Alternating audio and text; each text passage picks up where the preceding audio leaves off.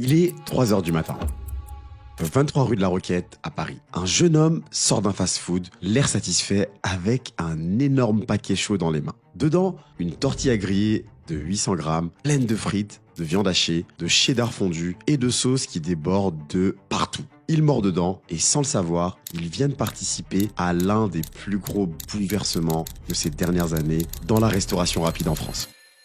Parce que ce qu'il tient dans les mains, c'est un tacos. Et ça n'a rien de mexicain. Mais surtout, ça ne devrait même pas exister, car il est né d'une erreur. Et encore moins mettre à l'amende McDonald's sur son propre terrain. Et pourtant, en 2025, on recense déjà plus de 400 restaurants au tacos en France, le leader du secteur qui est déjà implanté dans une dizaine de pays. Et ce n'est pas tout. Autour de tacos, c'est tout un écosystème qui a émergé. Chamas, New School, Enjoy Tacos, des dizaines d'enseignes qui copient, adapte et affine le modèle. Ce n'est plus un phénomène marginal, mais plutôt une industrie qui représenterait 5% de part de marché de la restauration commerciale en France, ce qui démontre leur popularité. McDo, Burger King, KFC, tous dominaient depuis des décennies. Aujourd'hui, ils perdent une partie de leur clientèle la plus fidèle, les 15-30 ans qui veulent manger beaucoup, vite et pas cher. Un tacos XXL à 12 € qui pèse 4 fois plus lourd qu'un Big Mac, une marge brute très élevée, des process ultra simples et un bouche à oreille couplé à des vidéos virales sur TikTok qui font des millions de vues. En 2026, les tacos français représentent déjà plusieurs centaines de millions d'euros de chiffre d'affaires et créent des millions d'emplois. Alors aujourd'hui, je vais vous expliquer pourquoi ce modèle improbable est en train de faire plier les géants. Comment des entrepreneurs sans aucune formation en business ont construit des empires sur du fromage fondu et des frites. Et surtout, comment ils ont complètement renversé le marché français de la restauration. C'est parti! Dans une rue d'un quartier populaire, un homme ouvre un petit fast-food. Il s'appelle Patrick Pellonero. Il travaille comme plaquiste dans le bâtiment, mais décide de se lancer. Il n'a pas fait d'école de commerce ou levée de fonds, n'a rien de la Startup Nation. Il a goûté ce nouveau sandwich dans des snacks de la région lyonnaise et il a vu que ça plaît énormément aux jeunes. Alors, il se lance. Il prend une grande tortilla de blé, la fait griller sur une plancha, ajoute de la viande hachée, des frites surgelées, du fromage râpé industriel et de la sauce. Il va tout plier dans un rectangle bien serré et va passer l'ensemble au grille du panini. Résultat, une bombe d'environ 1200 kilocalories vendue autour de 5 € à l'époque. Les premiers clients arrivent en courant. Les jeunes du quartier, les lycéens, les étudiants sans argent, ceux qui sortent de boîtes de nuit. Et ils adorent ça pour 3 raisons. C'est dense, généreux, avec un vrai format qui cale pour plusieurs heures. Et bien sûr, c'est accessible. Entre 5 et 8 € quand un menu McDo à l'époque commence déjà à tourner autour des 10 €. Bien sûr, le bouche à oreille va faire le reste. Les files d'attente s'allongent devant son petit snack qui est baptisé le tacos des alliés. Et vous vous en doutez, très rapidement, d'autres commerces vont copier le concept. Mais ce qui est fou, c'est que personne dans la grande restauration rapide ne voit rien venir. McDo reste focalisé sur Burger King et KFC, Quick commence déjà à décliner. D'ailleurs, on a fait une vidéo, si elle vous intéresse, elle sera en description. Les chaînes de kebab restent souvent artisanales avec un patron derrière le comptoir et peinent à se développer en réseau. Pendant ce temps, dans ces petits restaurants de province, un vrai modèle économique se met en place. Ceux qui vont ouvrir des snacks sont des opérateurs. Ils savent compter leurs coûts au centime près et savent vous faire des économies intelligentes. Laissez-moi vous montrer pourquoi ce modèle est une vraie machine de guerre économique. Voici l'estimation du coût d'un tacos à l'époque. On a une galette de blé aux alentours des 30 centimes, la viande hachée de qualité standard, souvent halal, aux alentours des 80 centimes, les frites surgelées à 20 centimes, le fromage industriel 40 centimes, et pour finir, la sauce maison environ 10 centimes. Toute la matière première revient à environ 1,80 €. Le prix moyen, c'est 7 €. La marge brute est aux alentours de 75%. Pour comparer, un Big Mac tourne autour de 60 à 65% de marge brute. Mais ce n'est pas tout. Là où McDo doit investir dans des normes de qualité très strictes, une chaîne d'approvisionnement ultra contrôlée, des emplacements premium en centre-ville, avec des loyers très élevés, des équipes formées longtemps avec des process précis, le tacos français, lui, s'en passe largement. Il s'installe en périphérie ou en zone commerciale où les loyers sont 3 fois moins chers. Il va recruter des profils peu expérimentés, formés en quelques jours, et il va travailler avec des fournisseurs discount, les mêmes que pour les kebabs classiques. Et surtout, il va grandir au départ sans gros budget marketing, juste du bouche à oreille et les réseaux sociaux. Le résultat, c'est un seuil de rentabilité qui est souvent atteint en seulement 18 mois. Là où un McDo met facilement 5 ans et un Five Guys parfois jusqu'à 7 ans. On avance dans le temps, toujours à Grenoble vers 2010. Les tacos se multiplient dans la région. Mais Patrick, rejoint par ses amis d'enfance, Silman et Samba Traoré, va voir beaucoup plus loin. Ils ne veulent pas rester un simple snack local, ils comprennent que ce tacos français, c'est le kebab 2.0. La même clientèle, la même économie, mais avec un énorme potentiel de standardisation que le kebab traditionnel n'a pas. Le kebab, lui, reste artisanal. Broche qui tourne, coup de main du patron, variation locale. Le tacos, lui, est beaucoup plus facile à industrialiser. La galette vient d'un fournisseur unique, la viande surgelée est préassaisonnée, les sauces sont standardisées et le process, c'est seulement 2 machines simples. N'importe qui peut apprendre en très peu de temps. Ils vont donc ouvrir un deuxième point de vente, puis un troisième, et vont déposer la marque au tacos. Ceux qui préparent le terrain pour la franchise. Parce qu'ils ont saisi que l'arme la plus puissante du capitalisme, c'est qu'on ne construit pas un empire avec son propre argent. Et c'est là que tout va basculer. Et justement, contrairement à ce que vous pouvez croire, aujourd'hui, créer une entreprise, c'est loin d'être le plus dur. Le vrai problème, c'est tout ce qui vient après. Statut, comptabilité, déclaration, la banque, la paperasse. Et c'est exactement pour ça que je suis ravi de vous présenter le super partenaire d'entrepreneur Mindset, Indy. Indy, c'est pas juste un logiciel de compta. C'est la solution numéro 1 qui est pensée pour les indépendants qui veulent créer et piloter leur entreprise sans aucune prise de tête. Avec Indy, vous pouvez créer votre entreprise 100% en ligne gratuitement, être accompagné pour choisir le bon statut et le bon régime fiscal, gérer toute votre activité depuis une seule application. Concrètement, Indy s'occupe de ce qui vous fait perdre du temps.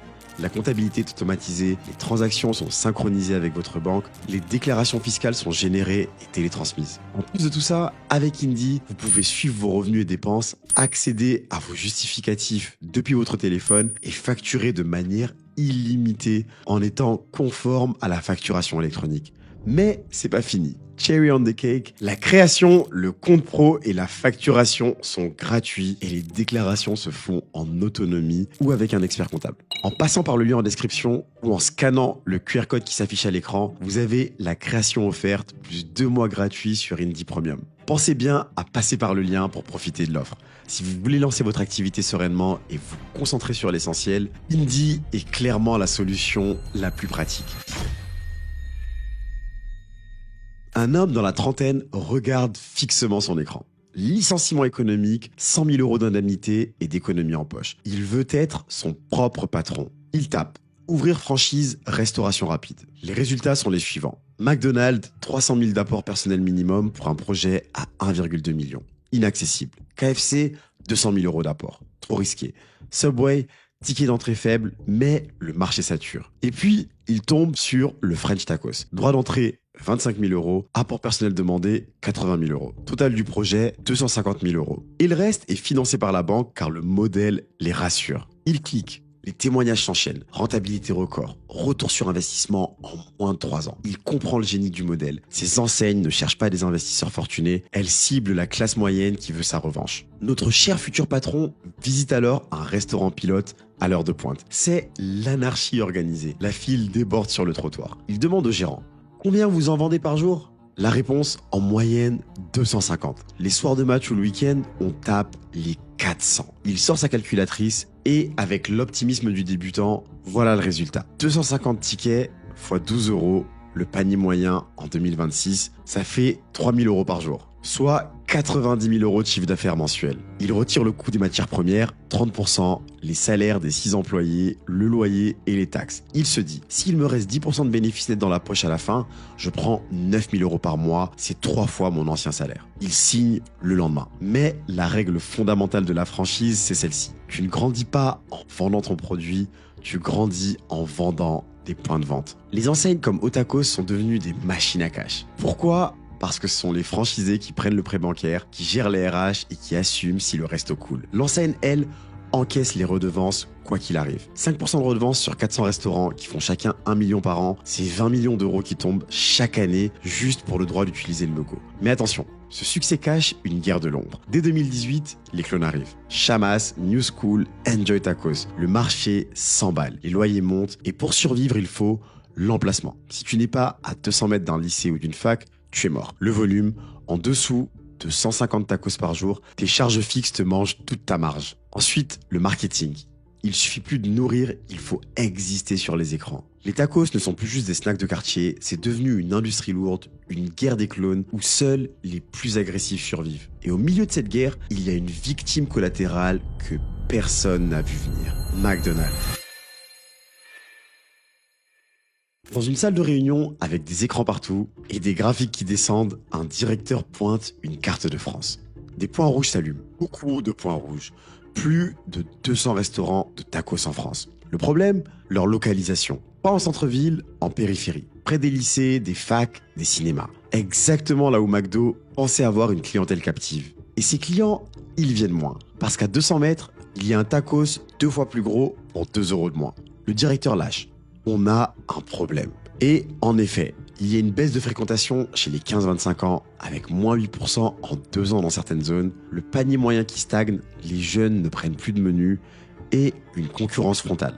Dans 60% des villes moyennes, un tacos s'est installé à moins de 500 mètres d'un McDo. Les tacos ne jouent pas dans la même catégorie. Leur clientèle ne cherche pas la qualité, elle cherche le rapport quantité-prix. Un Big Mac plus frites et boissons en 2019, c'est 10 € pour 200 grammes. À côté, on a un tacos XXL plus boisson pour 8 €. Et ça pèse 800 grammes. 4 fois plus lourd pour 2 € de moins. Sur le papier, c'est un massacre. McDonald's essaie de riposter. Menu étudiant à prix cassé, Big Mac XXL, ouverture en périphérie. Mais ça ne marche pas. Pourquoi ? Parce que McDo ne peut pas jouer le jeu du low cost sans détruire son modèle. Leur ADN, ce sont des normes strictes, une supply chain contrôlée, des emplacements premium et une image de marque. Si McDo baisse ses prix, il tue sa marge. S'il augmente les portions, il explose ses coûts. S'il réduit la qualité, il détruit son image. Ils sont donc coincés et les tacos continuent de progresser. TikTok, Instagram, Snapchat. En 2019-2020, les tacos deviennent un phénomène viral. Sans gros budget marketing, mais grâce aux clients eux-mêmes.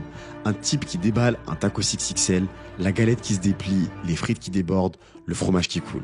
1 million de vues, 3 millions, 10 millions. C'est du contenu food ultra visuel à l'état pur. Les jeunes ne veulent pas juste manger, ils veulent vivre une expérience et la partager. Un tacos de 800 grammes qui coule de partout, parfait pour ça. McDo ne génère plus ce type de contenu. Un Big Mac, c'est propre, calibré, prévisible. Et prévisible sur les réseaux sociaux, ça ne marche pas. Les algorithmes préfèrent le chaos d'une sauce qui dégouline. Fin 2020, le verdict tombe.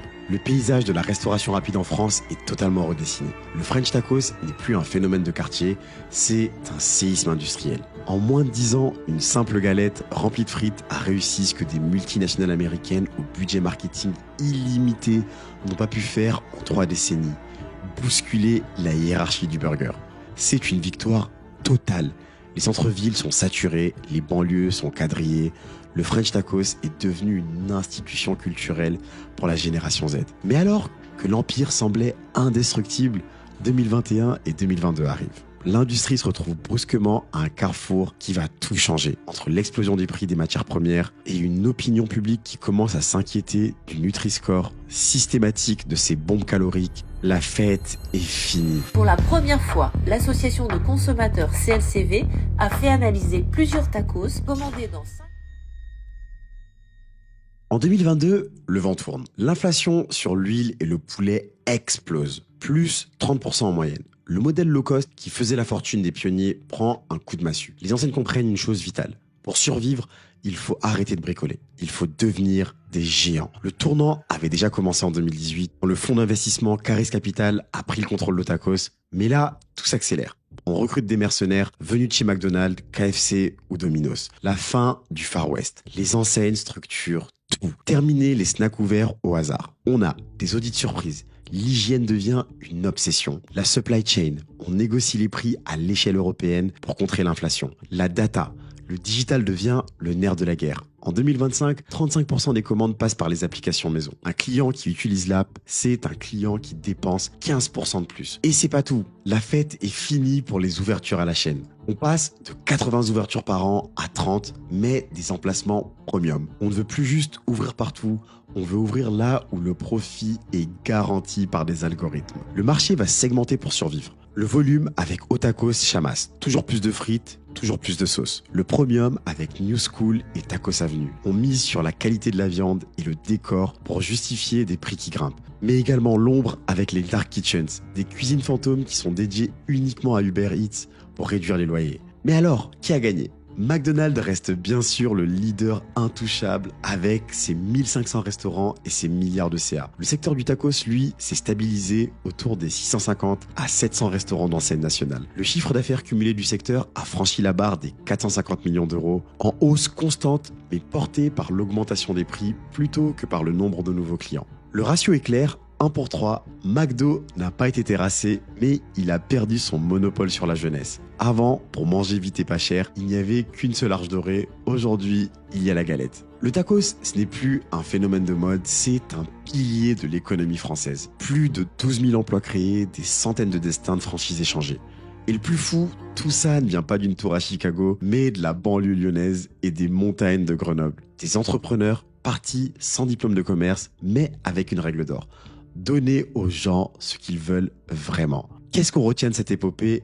2 leçons business. La première, c'est de ne jamais sous-estimer un segment qui est ignoré. McDo, Burger King, KFC, regardez tous les mêmes clients. Classe moyenne, famille, urbain, avec du pouvoir d'achat. Ils ont laissé de côté les jeunes fauchés, les étudiants, ceux qui sortent à 2h du matin et veulent du volume. Les tacos ont construit un empire sur ce segment oublié. En business, les plus grosses opportunités sont souvent dans les angles morts. La deuxième leçon, c'est que la franchise, c'est peut-être l'arme ultime pour scaler sans capital. Les tacos n'avaient pas de millions en banque au départ, ils ont utilisé l'argent des autres. Chaque franchisé investit 150 000 €, prend le risque et gère son restaurant. Et les enseignes ont encaissé les redevances sans gros investissements. Maintenant, voyons voir comment est-ce qu'ils vont tenir dans les décennies à venir. Mais vous en pensez quoi ? Est-ce qu'ils vont continuer à grandir ou au contraire faire face à des fermetures massives, un peu comme les buffets chinois à volonté qui ont explosé dans les années 2000 à 2010 avant de voir beaucoup de leurs adresses fermées, lutter face à des problèmes qu'ils n'avaient pas anticipés,